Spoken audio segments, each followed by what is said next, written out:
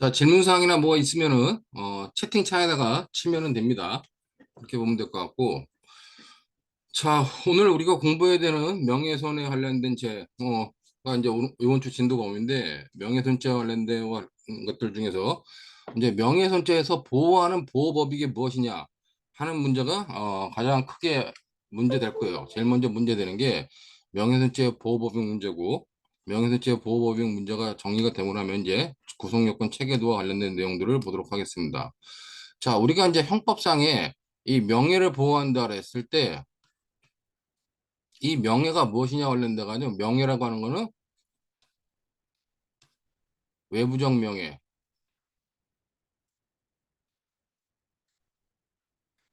내부적 명예,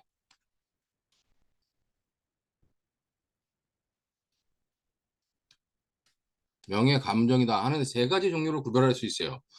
자, 그럼 여기서 이제 우리가 형법상 명예훼손죄 보호법위로 삼는 건 뭐냐면 여기서 우리가 지금 이 외부적 명예만을 갖다가 형법상의 보호법위로 삼습니다. 왜 그러냐? 자, 기본적으로 외부적 명예라고 하는 거는 외부에서 나에 대한 사회적 평가를 하는 걸 외부적 명예라고 그래요. 그렇기 때문에 내가 가지고 있는 어떤 이런 그 명예가 있는데 그 명예 중에서 외부에서 나를 어떻게 평가할 것인가? 그 외부에서 평가하는 것을 우리가 외부적 명예라고 그러고 내부적 명예라고 하는 건 다른 말로 진가라고 합니다. 자, 내가 가지고 있는 진가. 그 진가는 외부에서 뭐라고 표현하든 상관없이 진가는 내가 가지고 있는 진가는 그대로 있다는 거예요. 변하지 않는다는 겁니다. 그다음에 명예 감정은 자기 스스로 자기한테 갖는 주관적 감정이에요. 자, 그럼 자신이 갖는 주관적 감정이므로 자, 형법이 보호할 필요가 없죠. 실제로 지는 도둑놈이야. 도둑놈인데 나는 남의 거 훔쳐가지고 못 사는 사람들 도와주기 때문에 좋은 놈이다 라고 생각한다 그래가지고 그것이 좋은 놈이 되는 건 아니죠. 근데 지는 나쁜 일을 하면서 항상 자기 혼자 나는 좋은 사람이라는 생각하는 주관적 감정. 얘네들은 뭐다? 얘네들은 형법적으로 보호할 가치가 없다는 겁니다. 형법적으로 보호할 필요가 없죠. 자, 그다음 내부적 명예, 진가라고 하는 건 이건 변하지 않아. 얘는 변화하지 않아요.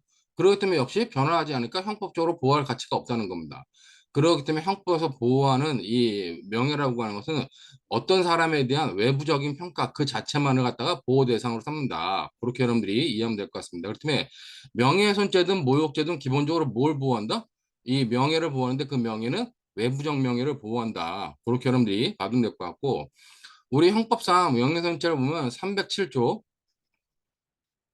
307조 1항과 307조 2항으로 나눠서 먼저 보호를 해요.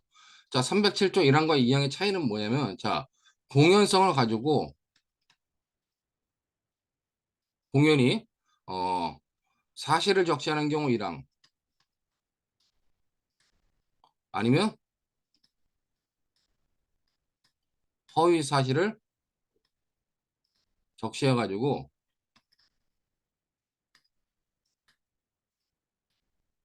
명예를 훼손하는 경우 처벌하는 게 307조 입법 취지입니다. 자, 우리가 일반적인 명예훼손죄는 307조 1항, 그다음에 그 사실 적시가 허위 사실이었으면 가중처벌하는 307조 2항으로 구별을 합니다.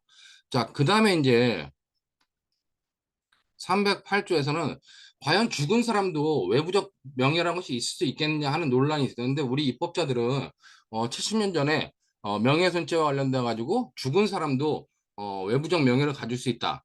근데 그 외부적 명예는 결국 죽은 사람이 갖는 외부적 명예가 아니라 사망한 사람에 대한 후손들의 추모의 감정을 외부적 명예다라고 판단해 가지고 이 사자 명예훼손죄와 관련된 규정도 308조에 뒀어요. 그렇기 때문에 308조는 우리가 죽은 사람의 명예를 보호하는 사자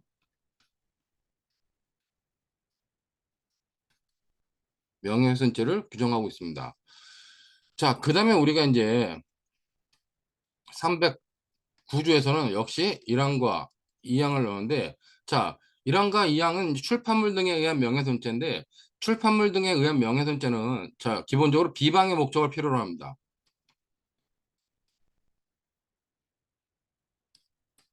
비방의 목적을 가지고 여긴 공연성이 필요 없죠. 이미 출판물 자체가 공연성을 갖추고 있는 거기 때문에 여기서는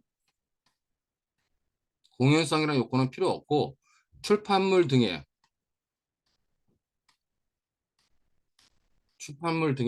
사실을 적시하거나 아니면 허위 사실을 적시해가지고 명예를 훼손하는 경우를 처벌하고 있는 것이 309조 2항입니다. 자, 이렇게 보면 우리 형법상 명예훼손 때 크게 보면 307조에 의한 명예훼손, 그다음에 309조에 의한 출판물에 의한 명예훼손을 처벌하고 죽은 사람의 명예를 훼손하는 경우 처벌하는 308조를 두고 있다. 자, 근데 우리나라의 명예훼손죄는 특징이 뭐냐면은 사실을 적시하더라도 타인의 명예가 훼손됐다면 처벌하는 것이 우리 명예훼손죄 특징이기 때문에 그렇다면 307조 1항처럼 공연히 사실을 적시해가지고 타인의 명예를 훼손하는데 사실을 밝혔는데도 처벌받는다? 그러다 보면 표현의 자유가 굉장히 제한될 우려가 있다는 겁니다. 그렇기 때문에 우리 입법자는 310조에다가 위법성 조각 사유를 갖다 놨어요. 위법성 조각 사유를 넣어가지고 비록 타인의 명예를 훼손하는 사실을 적시했다 할지라도 그럼 310조의 요건은 뭐냐? 310조의 요건은 3,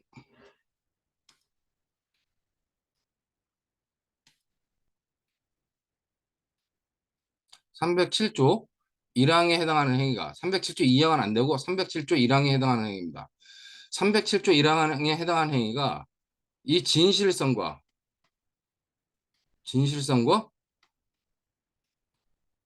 공익성을 갖춘 경우 진실성과 공익성을 갖춘 경우는 비록 타인의 명예를 훼손하는 구성 요건에 해당할지언정 명예훼손죄 위법성을 조각시키는 사유를 310조에다 규정하고 있습니다. 자, 그다음에 이제 311조에서 우리가 모욕죄를 규정하고 있어요.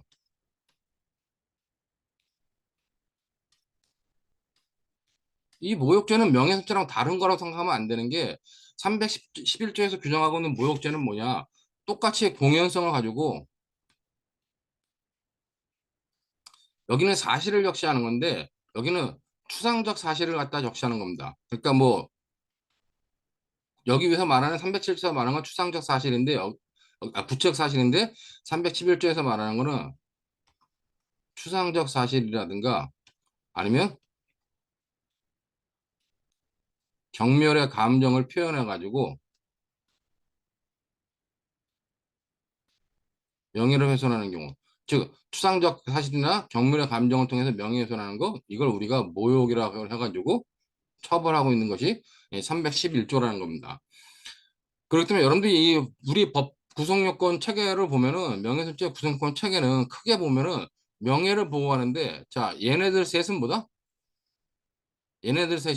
구체적 사실을 적시. 자 여기는 뭐다? 여기는 추상적 사실을 적시하는 것으로 나눠가지고 똑같은 외부적 명예를 보호하는데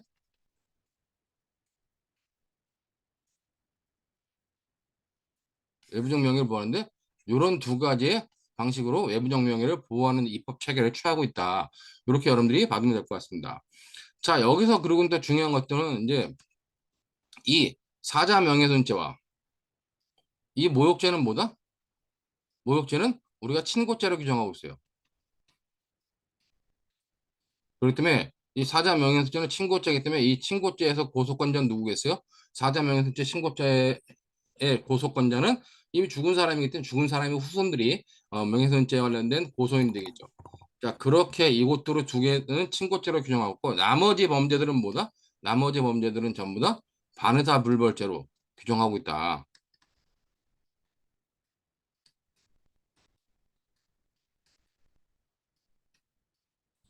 자, 그렇기 때문에 여러분들이 이것도 소송법상 문제로 이제 연결되면은 반의사 불벌죄냐 친고죄냐에 따라 가지고 고소가 있어야 되냐 없어야 되느냐 문제, 고소를 취하했을 때 주관적 불가분이 연결되냐 연결되지 않느냐 문제가 발생을 해요. 근데 그거는 이제 나중에 여러분들이 소송법 가서 배우도록 하고 요렇게 규정돼 있다. 여러분들이 보면 될 것 같고 그다음에 이제 우리가 요거는 형법상의 명예훼손죄입니다. 근데 우리는 지금 309조를 보면 비방의 목적을 가지고 출판물 등의 비방의 목적을 가지고 출판물 등에 의해서 명예훼손한 경우 309조에 의해서 처벌해요. 자, 근데 비방의 목적을 가지고 출판물 등이라 할 때 이 출판물은 뭐냐? 신문, 잡지, 라디오, 기타 출판물 등이라 기타 출판물이라고 합니다. 그러면 옛날에는 53년대 만들 때 신문, 잡지, 라디오밖에 없었어요. 53년대 우리나라 테레비가 있었어요? 그렇기 때문에 테레비를 가지고 뭐 텔레비전에다가 뭐 명예훼손한다? 그러면 309조로 처벌할 수 없다는 겁니다. 그렇기 때문에 이것도 바꿔야 되는데, 그렇기 때문에 실질적으로는 TV에다가 대놓고 했다면 명예훼손이 안 돼. 비방의 목적에 의한 있다 할지라도. 그렇기 때문에 물론 309조가 해당하지 않는다 그래가지고 끝나는 것이 아니라 307조에 의한 명예훼손이 될 수 있다는 겁니다. 그런 의미로 보면 될 것 같고, 중요한 거는 지금은 출판물 등을 사용하는 것이 아니라 정보통신망이라고 하는, 즉, 자, 이거 색깔을 달려가지고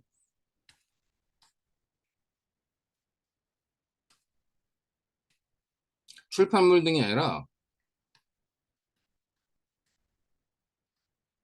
정보통신망을 이용해가지고 명예훼손하는 경우가 많다는 겁니다. 즉 우리가 인터넷을 통해서 사이버 공간에서 명예훼손하는 경우를 정보통신망을 이용한 명예훼손이라는데, 이와 관련돼 가지고는 정보통신망 이용 촉진 및 정보보호 등에 관한 법률이라 하는데, 흔히 정보통신망법이라 그래요. 그 망법의 정보통신망법 제70조 1항 2항에서 똑같이 요 309조와 똑같은 형태의 처벌 규정을 두고 있다는 겁니다. 근데 이제 정보통신망법 70조 1항과 2항에서는 비방의 목적을 요구하는 건 맞는데 이 공연성을 요구를 합니다, 여기다가. 그러니까 여기 비방의 목적을 가지고 공연이 어, 정보통신망을 갖다가 에다가 명예훼손한 경우를 처벌해요. 1항은 사실적시, 2항은 허위 사실적시. 그러면 309조에서 말하는 이 공연성이 필요 없는데 여기는 공연성을 왜 필요로 하느냐와 관련돼 가지고 이거는 잘못된 입법이다라는 견해도 있고, 정보통신망은 기본적으로 개인 간의 1대1 통화를 갖다가 문제 삼기 때문에 1대1 경우는 배제하자라고 하는 입법자의 취지다라고 보는데, 이거는 공연성이 관련돼 우리 판례가 전파 가능성이라는 걸 사용하기 때문에 별 의미가 없기 때문에 거의 필요 없는 조문이다라고 여러분들이 이렇게 보면 될 것 같습니다. 그렇기 때문에 명예훼손죄로 공부할 때는 307조, 308조, 309조에 의한 명예훼손죄 이외에도 이 정보통신망법 70조 1항, 2항에 나오는 사이버 명예훼손죄라고 하는 부분까지도 여러분들이 잘 봐야 될 것 같습니다. 그다음에 이제 특별법으로 공직선거법에도 뭐 후보자 비방죄가 있는데, 후보자 비방죄를 할지라도 이렇게 310조와 관련돼 가지고 위법성 조각 사유 같은 것들이 있습니다. 그렇기 때문에 그런 것들은 여러분들이 아직 우리 후보자 비방죄가 나온 적은 없는데 뭐 그런 규정이 있다 하는 정도로만 여러분들이 이해해 두면 될 것 같아요. 자, 그렇기 때문에 명예훼손죄 기본적 구성요건 체계는 뭐다? 바로 요렇게 구성된다. 여러분들이 요런 것들을 이해해 두고, 그럼 개별적으로 이제 개별적으로 각 법조문에 관련된 내용들을 뭐 하나 둘씩 살펴보도록 하겠습니다. 자, 먼저 그러면 이제 명예훼손죄, 단순한 명예훼손죄를 보면은 명예훼손죄 구성 요건에 관련된 주체, 명예훼손죄 주체는 제한이 없어요. 여기 제한이 없죠. 아무나 명예훼손죄 주체가 될 수 있습니다. 자, 객체는 외부적 명예를 가진 사람입니다. 그렇기 때문에 관련돼 가지고 객체는 바로 사람의 명예인데, 이 명예라는 것은 우리가 아까 봤지만 외부적 명예를 의미한다. 그렇게 여러분들이 이해하면 될 것 같아요. 자, 그런데 이 사람의 명예라고 하는 외부적 명예라고 하는 것은 우리가 사람이, 여기서 말하는 사람은 사람의 명예일 때 이 사람은 자연인이든 법인도 외부적으로 평가받는 사회적 명예가 있기 때문에 자연인뿐만 아니라 법인도 이 외부적 명예의 주체가 될 수 있다. 그런 의미로 여러분들이 이해하시면 될 것 같고, 이 법인은 법인격 없는 단체를 포함하는 거죠. 없는 단체도 포함한다. 왜냐면 법인이 등록을 했느냐, 등기했느냐, 등기 안 했느냐에 따라 가지고 외부적 명예가 있느냐 없느냐를 구별하면 안 되기 때문에 기본적으로 사람일 때는 자연인뿐만 아니라 법인격 없는 단체를 포함한 법인을 말한다. 자, 그러나 여기서 관련돼 가지고 이 사람의 명예를 훼손한다고 하는 명예훼손죄는 개인적 법익에 관련된 겁니다. 그렇기 때문에 이 법인과 관련돼 가지고 이 법인이 만약에 국가라든가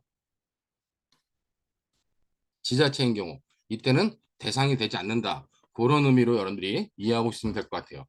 자, 그 다음에 이제 관련돼 가지고 여기 또 하나 문제되는 것 중에 하나가 자연인인 자연인인데 이 자연인이 여러 명일 때, 즉 이 자연인과 관련된 문제가 뭐냐 또 하나는 것이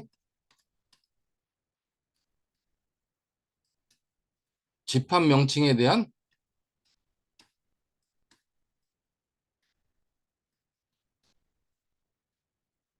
명예훼손이 가능하겠냐는 겁니다.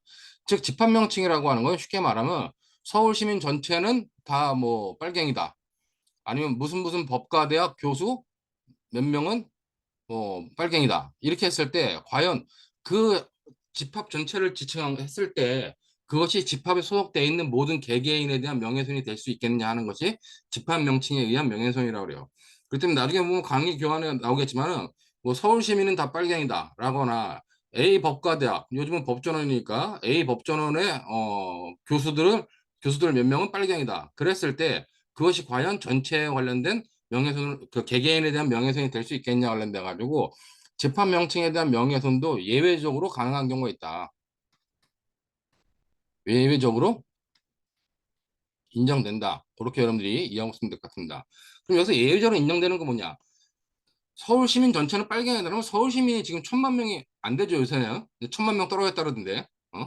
하도 서울에 살기 힘들어서 외부로 온다는데 1,000만 명을 다 특정할 수 없잖아요. 그러기 때문에 우리가 그런 경우는 명예훼손죄에서 말하는 사람에 포함시킬 수 없다. 개개인으로 특정할 수 없다. 근데 특정된 집단의 일부를 지칭했지만 그것이 특정된 집단에서 누구인지 알 수 있게끔 했을 때 그런 경우는 명예훼손죄에서 말하는 개개인이 구체적으로 특정될 수 있다라고 판단해가지고 예외적으로 인정하는 경우가 있다. 그런 정도만 의미만 여러분들이 이해하면 될 것 같아요. 그렇기 때문에 뭐 A 법과대학 교수들은 모두 빨갱이야 되는데 A 법과대학 교수들이 뭐 5명밖에 안 돼. 옛날에는 법대 교수들이 5명에서 6명밖에 안 됐어요. 많아야 10명. 자, 그러면 그 5명, 6명 아니면 10명 정도를 다 빨갱이로 지칭한 거잖아. 그렇기 때문에 그럴 때는 뭐다? 명예훼손죄가 된다. 그런 의미로 여러분들이 이해하면 될 것 같습니다. 자, 그렇다면 명예훼손죄 관련돼 가지고 그런 정도의 의미들로 여러분들이 판례를 이해하면 될 것 같고, 자, 이제 주체와 관련돼 객체와 관련돼 가지고 이렇게 보고 주체, 객체, 행위는 뭐냐? 행위는 공연히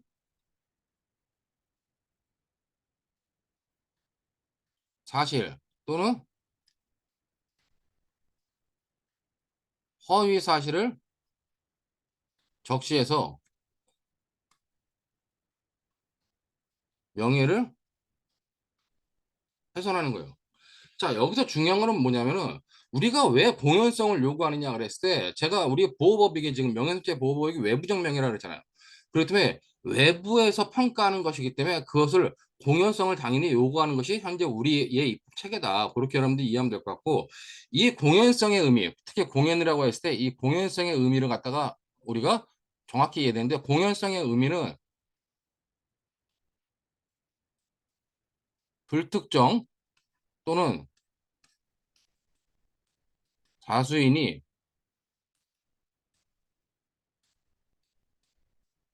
인식할 수 있는 상태예요.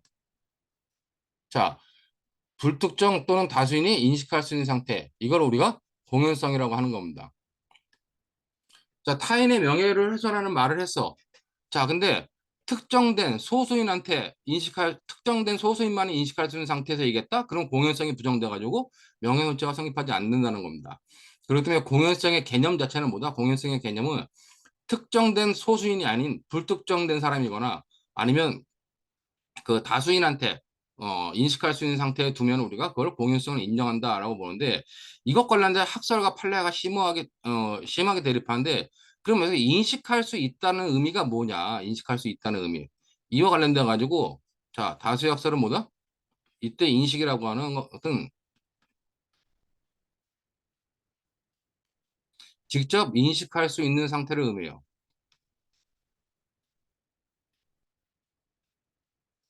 이에 대해서 우리 판례는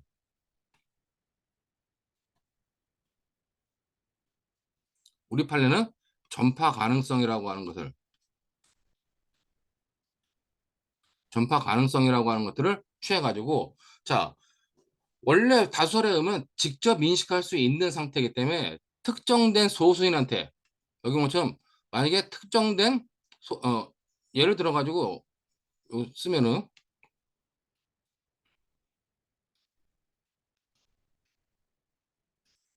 특정된 and 소수인한테 말한 경우 자 그랬을 때는 직접 특정된 소수인이 직접 인식할 수 있는 상태일 때는 뭐다? 공연성을 부정하는 게 원래 우리 다수설의 입장이라는 겁니다. 근데 판례 입장은 뭐냐?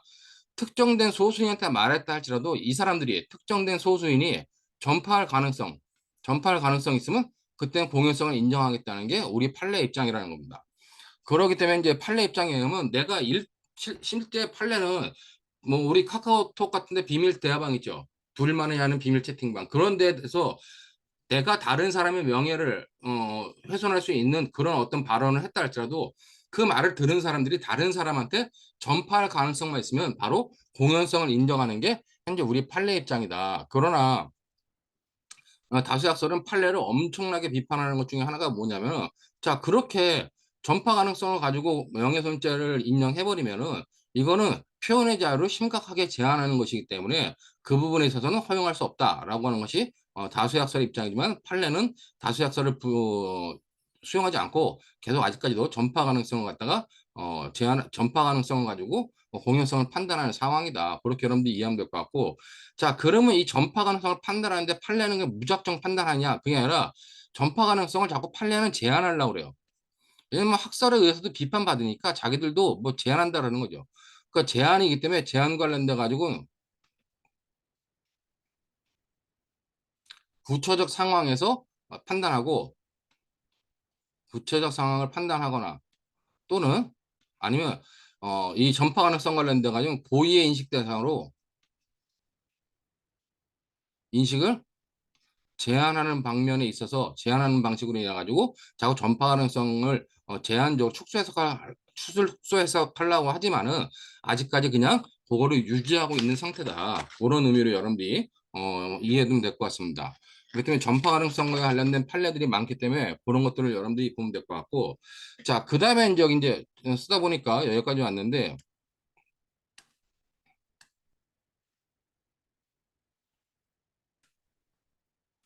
자,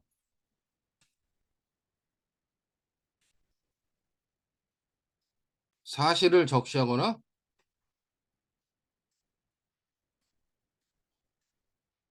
허위 사실을 적시해가지고 타인의 명예를 훼손한다 그랬을 때 이때 사실과 허위 사실을 여러분들이 잘 구별해야 됩니다. 자, 이때 사실은 뭐다? 이때 사실은 여기 또 허위 사실이라 했을 때 이 사실이라고 하는 거는 과거나 현재에 증명 가능한 것이에요. 즉, 증명 가능한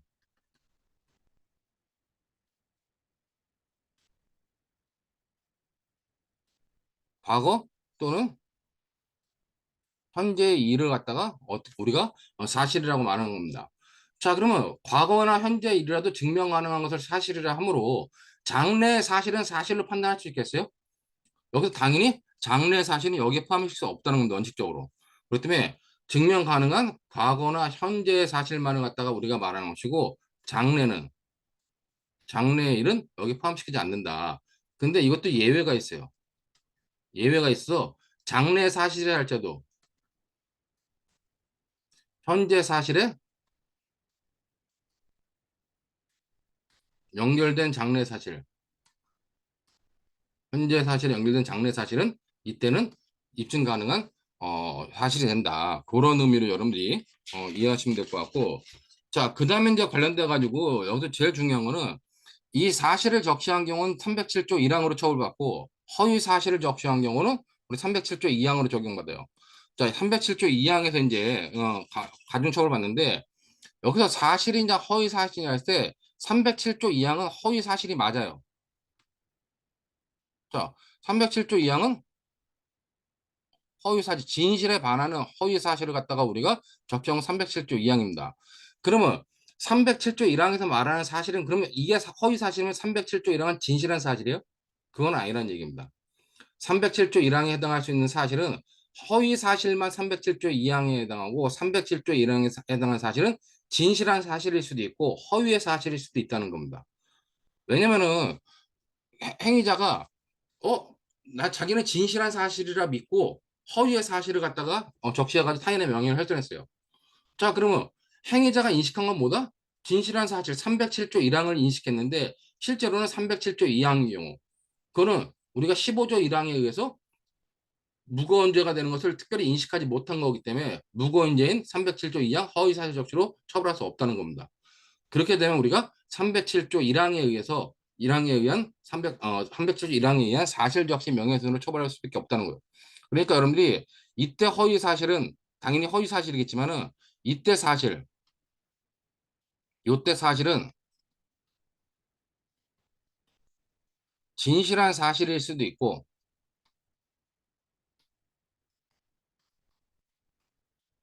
허위 사실일 수도 있다. 이 허위 사실은 15조 1항 때문에 형법에 15조 1항 때문에 특별히 중한죄가 되는 사실을 인식하지 못한 경우는 중한죄로 처벌하지 않기 때문에 허위 사실임을 인식하지 못하고 허위 사실을 적시했다면 그때는 307조 2항이 아니라 307조 2항에 의해서 1항에 의해서 처벌받을 수 있다. 그런 의미로 여러분들이 이해됩니다. 자, 그다음에 이제 여기서 허위 사실을 적시, 그다음에 어떤 사실 적시한다 할 때 이 적시의 의미가 뭐냐? 적시의 의미가 바로 외부에 드러내는 겁니다. 즉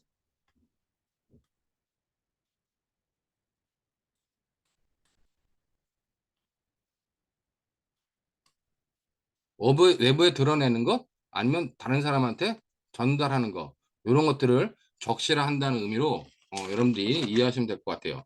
자, 그렇기 때문에 이런 의미로서 여러분들이 명예훼손죄 개별적 내용들을 통해 가지고 이해하면 될 것 같고, 자, 이제 중요한 거는 이거 관련돼 가지고 명예훼손죄 관련돼 가지고 여기 보면은 자, 명예훼손한다 할 때 당연히 이 명예훼손 관련돼 가지고 이 외부적 명예를 훼손하는 경우에 처벌한다. 자, 근데 이 행위 관련돼 가지고 이 명예훼손은 실제로 명예훼손이 됐느냐 안 됐느냐를 상관없이 그냥 처벌하는 추상적 위헌범이에요. 자, 그 추상적 위헌범임에도 불구하고 이게 이제 기수가 되느냐, 기수가 되지 않느냐와 관련된 문제가 있는데 그럼 언제 기수가 되느냐, 종료 시점이 언제냐?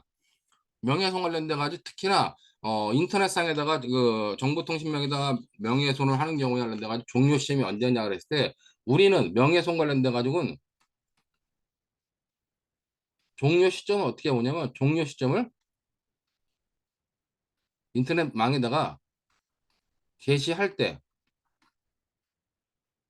게시할 때 종료가 된다 이렇게 보는 것이 현재 명예훼손죄와 관련된 기본적인 내용이다. 근데 이 부분은 의문이 있어요. 왜냐면 우리가 나중에 판례를 비교하면서 보겠지만은 2021년도 9월 9일 날 나온 전원합체 판결에 의할 때 저작권법 위반의 파일을 서버에 올려놨을 때 옛날에는 올려놓을 때 행위가 종료된다고 봤는데 이제는 올려놓은 상태를 계속하게 놔두면 계속범으로 와가지고 종료한 시점은 이제 내릴 때가 된다라고 이렇게 판례가 바뀌었는데 저작권법에 관련돼 가지고는 근데 이 부분은 안 바뀌기 때문에 그와 관련된 내용으로 여러분들이 좀 비교해야 될 필요가 있다라고 판단이 됩니다. 그런 의미로 여러분들이 명예훼손죄와 관련된 내용들을 받으면 될 것 같아요. 자, 이것이 기본적으로 명예훼손죄 관련된 307조 1항과 307조 2항의 얘기다. 그렇게 보면 될 것 같고, 자, 문제는 이제, 그러면, 자, 이걸 여기 보고, 이 똑같아요. 하고 이제 하나 보면은, 어, 여기서 이제 309조로 가면은 309조 1항, 2항도 똑같죠. 309조 1항, 2항도 똑같은데, 어, 309조 1항, 2항 좀 나중에 보더라도 307조에 해당해가지고 이렇게 볼 수 있다. 근데 이제 관련돼가지고 여기 주장한 건 307조에 의해서 명예훼손이 된 경우에 이것이 1항이냐 2항이냐 했을 때, 자, 여기 명예훼손죄에 살면 위법성 조각사유, 그다음에 책임 여부도 판단해야 돼요. 지금까지 본 거는 물론 얘네들이 다 객관적 구성 요건 요소이고 주관적 구성 요건 요소로서 당연히 여기 고의가 있어야 된다. 인식과 의사라고 하는 것이 있어야 되고, 자, 우리가 과실범 처벌 규정이 있다? 과실범은 처벌하지 않는다라고 하는 입장으로 여러분들이 판단해 두면 될 것 같습니다. 자, 그렇다면 기본적으로 이 명예훼손죄에서는 기본적으로 이렇게 구속요건 해당성이 인정된다 할지라도 우리가 310조 여기 보면 위법성 조각 사유로 특별하게 310조를 규정하고 있기 때문에 310조에 의한 위법성 조각 여부도 여러분들이 잘 판단해야 된다는 겁니다. 자, 그러기 때문에 기본적으로 보면은 310조에서 말하는 위법성 조각 사유는 뭐냐? 310조에서 말하는 위법성 조각 사유는 전제 조건이 뭐다? 307조 1항에 우리가 그렇기 때문에 307조 1항 2항이고 2항은 허위 사실 역시 2항은 사실 역시예요. 자, 310조는 그렇기 때문에 명예훼손 행위가 310조에서 위법성이 조각되려면 기본적으로 뭐다? 307조 1항에 해당해야 된다는 겁니다. 즉 310조에서 위법성이 조각되면 전제 조건이 307조 2항에 해당되면 안 되고 310조 1항에 해당하는 행위가 된다는 거예요. 자, 근데 아까 앞에서 봤지만 310조 2항에 해당하기 310조 307조 1항에서 말하는 이 사실은 뭐라고 했어요? 이 사실은 진실한 사실일 수도 있고 그다음에 또는 허위 사실일 수도 있다 그랬잖아요. 자, 그러므로 310조에서 말하는 위법성이 조각돼서는 307조 1항에 해당하는 행위가 되고 307조 1항에 해당하는 행위가 어떻게 되냐? 진실성, 진실성을 갖추고 그다음에 오로지 공익성을 갖춘다 그러는데 이렇게 진실성 and 공익성을 갖추면 이럴 때는 명예훼손죄에서 말하는 명예훼손죄 구성 요건에 해당하지만 위법성을 조각시키는 사유로 보겠다라고 하는 것이 310조의 의미다. 그렇게 여러분들이 이해해 두시면 될 것 같아요. 자, 문제는 이제 여기와 관련돼 가지고 310조에서 말하는 307조 1항에 해당한다. 그럼 당연히 진실한 사실 또는 허위 사실이 있는데 그 사실은 진실한 사실이어야 되고 그다음에 공익성을 갖춰야 된다. 엔드로서 공익성을 갖춰야 된다. 그리고 그런 경우는 위법성이 조각된다고 보는 거예요. 자, 그러면 이와 관련돼 가지고 이제 소송법적 의미로서 과연 뭐 310조의 입법 취지는 결국 우리나라 명예훼손죄 구성요건 체계가 표현의 자유를 과도하게 제한하기 때문에 그 과도하게 제한하는 측면을 열어놓기 위해서 310조에서 명예훼손죄를 둔 겁니다. 자, 중요한 거는 이 310조와 관련돼 가지고 명예훼손죄 위법성이 조각된다 그랬을 때 기본적으로 이렇게 되는 거. 이거는 실체법적 효과라고 해요. 즉 실체법적으로는 명예훼손죄 구성권에 해당하지만 위법성이 조각된다고 보는 겁니다. 자, 이와 관련돼 가지고 그러면은 보통 우리가 나중에 여러분들이 형사소송법을 배우게 되면은 구성요건 요소, 그다음에 위법성 조각 사유와 관련돼 가지고 위법성 조각 사유를 주장했을 때 위법성 조각 사유가 없다는 증명, 이 증명들은 다 누가 해야 되냐? 원래 검사가 하는 겁니다. 그렇기 때문에 구성요건에서 말하는 주체, 객체, 행위, 결과, 인과관계, 고의 이게 다 누가 입증해야 돼요? 검사가 입증해야 돼요. 그다음에 구성권에 해당하면 당연히 위법성이 추정되기 때문에 나는 위법성 조각 사유에 해당한다라고 이제 피고인 측에 주장하면 너한테 피고인 측에는 위법성 조각 사유가 없다라고 하는 사실을 누가 증명해야 되냐? 검사가 증명해야 됩니다. 자, 근데 우리가 유일하게 이 진실성과 공익성에 대해서는 입증을 누가 하느냐?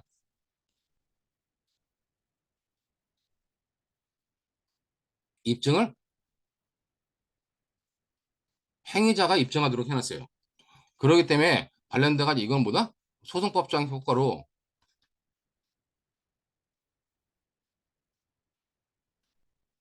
소송법적 효과로서 우리가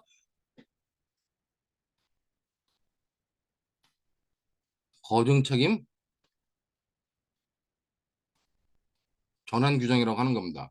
그렇기 때문에 뭐 소송법적 관련돼 가지고 이건 이제 판례는 이렇게 보죠. 거증 책임 전환 규정이라고 보는 것이 현재 우리 판례의 입장이다.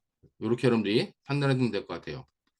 그러면 소송법적으로 원래 입증 책임은 다 검사가 있는데 유일하게 두 군데가 바로 뭐다? 바로 우리가 상해죄에서의 동시범 특례 배웠죠. 상해죄 동시범 특례에서 나의 행위로 인해서 상해 결과가 발생하지 않았다. 라고 하는 것을 누가 입증해라? 그거는 행위자가 입증하라는 겁니다. 그렇기 때문에 그 거중 책임 전환 규정이라고 하는 것이 바로 그 상해죄 동시범 특례와 명예훼손죄에서의 진실성과 공익성에 대한 입증 책임은 행위자한테 부여하는 것이 현재 우리 판례 입장이다. 뭐 그 정도로 여러분들이 봐두면 될 것 같습니다. 자, 이렇게 해가지고 위법성이 조각될 수 있다라고 하는 것들을 여러분들이 봐두면 될 것 같아요. 자, 여기까지 보고 기본적으로 여기까지 보고 위법성 조각 사유 이렇게 여기까지 좀 더 나가도록 하겠습니다. 이게 시간이 이렇게 보면 그럼 307조 이제 1항에 해당하는 경우가 이렇게 307조 1항에 해당하는 경우인데 우리가 이제 요게 이제 위법성 조각 사유고 아까 봤지만은 이제 사자 명예훼손죄 308조에서 말하는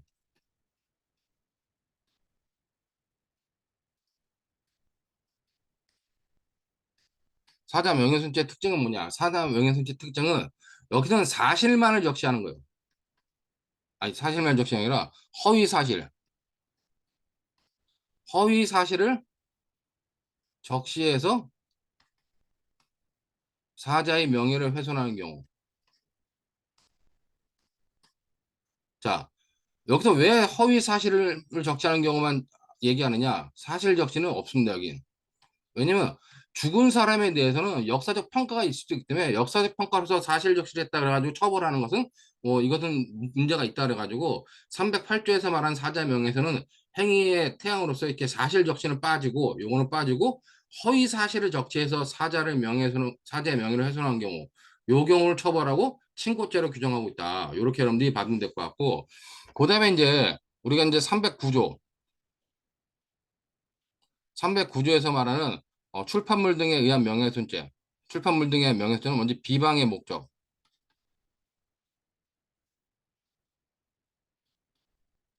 자, 비방의 목적을 가지고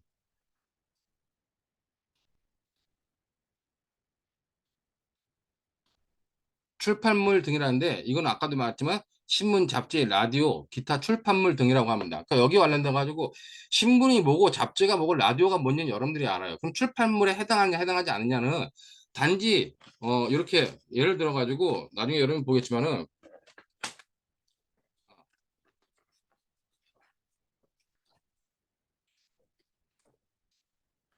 이렇게 몇 장의 종이 자 이렇게 나눠졌다. 이 스테플러 꽂아가지고 여기다가 이게 스테플러 꽂아가지고 나눠줬다. 하더라 이것이 출판물이냐? 그랬을 때 이건 출판물이 아니라는 겁니다. 최소한 출판물이 되려면 어떻게 한다? 출판물이 되려면 우리 강의 외양처럼 이렇게 일정 정도 뭐 ISBN 번호나 출판 등록 번호를 꽂지 않았더라도 저는 이렇게 책 정도로 재본된 형태를 말한다는 것이 판례이기 때문에 그런 의미로서 그런 출판물 등에다가 출판물을 통해 가지고 사실 적시하거나 아니면 허위 사실 적시해 가지고 하는 경우에 가중처벌한다. 1항과 2항이다. 그렇게 여러분들이 이해하고 있으면 될 것 같아요. 그러면 이제 중요한 건 뭐냐면 이 309조에서는 비방의 목적을 요구하고 공연성을 요구하지 않아요. 출판물 등이 당연히 공연성 인정되기 때문에. 근데 비방의 목적이 없이 출판물 등에다가 사실 적시하거나 허위 사실 적시하면 309조에서 처벌할 수 있어요? 309조에서 처벌할 수 없다는 건데 비방의 목적이 없을 때는. 그럼 그때는 309조에서 처벌하지 못한다고 끝나는 것이 아니라 그때 만약에 만약에 비방의 목적이 없다. 이 비방의 목적이 없으면 어떡하냐? 이럴 때는 309조로 가는 것이 아니라 그냥 다시 307조 1항으로 와가지고 307조 1항에서는 비방의 목적을 요구하지 않고 공연성을 요구하는데 공연성이 당연한 출판물이기 때문에 인정되고 사실이냐 허위 사실에 따라 가지고 307조 2항 또는 307조 1항에 의해서 처벌 여부를 논해야 된다는 겁니다. 그렇기 때문에 똑같이 여러분들이 출판물 등에 의한 명예훼손 관련돼 가지고 비방의 목적이 없다고 끝나는 것이 아니라 그럴 때는 뭐다? 비방의 목적이 없을 때는 307조 1항으로 돌아간다. 자, 똑같이 그러면은 아까 우리가 잠깐 봤던 것처럼 사이버 명예훼손죄 같은 경우 어떻게 해요? 정보통신망법 70조 1항, 2항에서 말하는 비방의 목적을 가지고 여기는 공연성까지 요구하고 정보통신망에다가 이렇게 했다. 했을 때 얘네들도 만약에 비방의 목적이 인정되지 않는다 그러면 어떡하냐? 여기 관련돼 가지고 똑같이 비방의 목적이 인정되지 않는다. 그럼 똑같이 그냥 일로 간다는 겁니다. 그렇기 때문에 307조 1항에 의해서 처벌을 받는 것이다. 그렇기 때문에 출판물 등에 의한 명예훼손이든지 아니면 사이버 명예훼손이든지 기본적으로는 뭐다? 기본적으로 특별법의 형태인 출판물 등의 명예훼손이나 사이버 명예훼손을 처벌받겠지만은 만약에 비방의 목적이 인정되지 않으면 어떡하냐? 비방의 목적이 인정되지 않으면 309조나 정보통신망법 70조에 의해서 처벌되는 것이 아니라 헌법상에 있는 일반적인 명예훼손인 307조 1항 2항에 의해서 처벌받을 수 있다. 그런 의미로 여러분들이 관련된 내용들을 정리해두면 될 것 같습니다. 자, 그 다음에 이제 중요한 것 중에 하나가 그러면은 여기서 진실성이라고 하는 건 객관적 진실에 부합해야 돼요. 자, 이 공익성을 할 때 이 공익성은 뭐냐? 여기서 말하는 이 공익성이라고 하는 거는 우리 법조문에는 오로지 공익을 위한다. 오로지 공공의 이익을 위한다 그래 써 있지만은 100%다 공익성을 위한 것이 아니라 전반적 내용이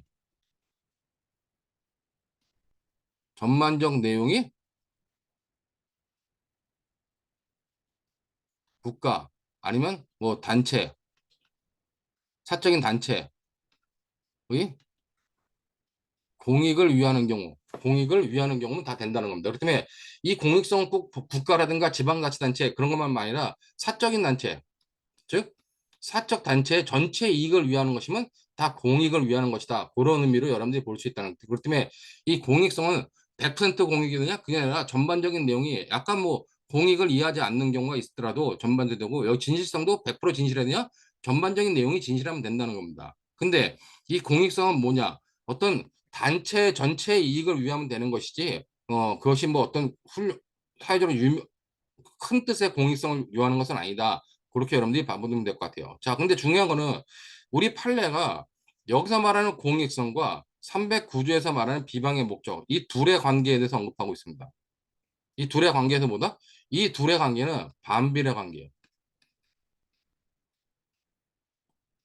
자, 반비례 관계이므로 어떻게 한다?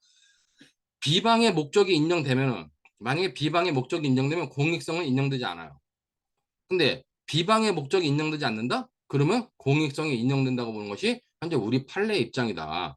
그렇기 때문에 그런 의미로서 여러분들이 공익성과 비방의 목적이 뭐 반비례 관계에 있다라고 하는 부분에 관련된 내용들을 이해해두면 될 것 같습니다.